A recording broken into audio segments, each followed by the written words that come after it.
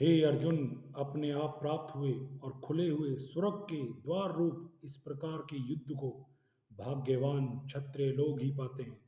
और यदि तू इस धर्म युक्त संग्राम को नहीं करेगा तो स्वयं धर्म को और कीर्ति को खोकर पाप को प्राप्त होगा, और सब लोग तेरी बहुत काल तक रहने वाली अपकीर्ति करेंगे। और वह अपकीर्ति मान्य पुरुषों के लिए मरण से भी अधिक बुरी होती है।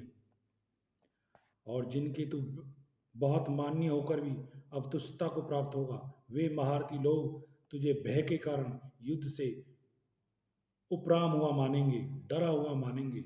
और तेरी वैरी लोग तेरे सामर्थ्य की निंदा करते हुए बहुत से ना कहने योग्य वचन कहेंगे। फिर उससे अधिक दुख क्या होगा?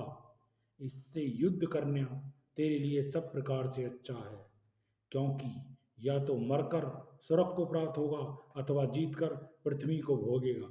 इससे हे अर्जुन, युद्ध के लिए निश्चय वाला होकर खड़ा हो। यदि तू स्वर्ग तथा राज्य की इच्छा ना हो तो भी सुख दुख लाभ और हानि और जय पराजय को समान समझकर उसके उपरांत युद्ध के लिए तैयार हो। इस प्रकार युद्ध करने से तू पाप को प्राप्त नहीं होगा। और हे पार्थ, यह बुद्धि तेरे लिए ज्ञान योग के विषय में कही गई है। और इसी को अब निष्काम कर्म कर्म योग के विषय में सुन। जिस बुद्धि से युक्त हुआ तू कर्मों के बंधन को अच्छी तरह से नाश करेगा, इस निष्काम कर्म योग में आरंभ का अर्थात बीज का नाश नहीं है, और उल्टा फलरूप दोष भी नहीं होता। हे अर्जुन, इसलिए इस निष्काम कर्मयोग रूप धर्म को थोड़ा भी साधन जन्म मृत्यु रूप महान भय से उद्धार कर देता है।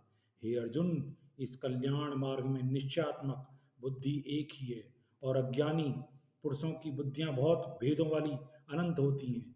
हे अर्जुन, जो सकामी पुरुष केवल फलश्रुति में प्रीति रखने वाले, स्वर्ग को ही परम श्रेष्ठ मानने वाले, इससे बढ़कर और कुछ नहीं है, ऐसा कहने वाले हैं। हे अविवेकी जन, जन्म रूप कर्म फलों को देने वाली और भोग तथा ऐश्वर्य को प्राप्त के लिए बहुत सी क्रियाओं की विस्तार वाली इस प्रकार की जिस दिखाओ शोभायुक्त वाणी को कहते हैं, उस वाणी द्वारा हर हारे हुए चित्त वाले तथा भोग और ऐश्वर्य में आसक्ति वाले उन पुरुषों के अंतकरण में निश्चयात्मक बुद्धि नहीं होती।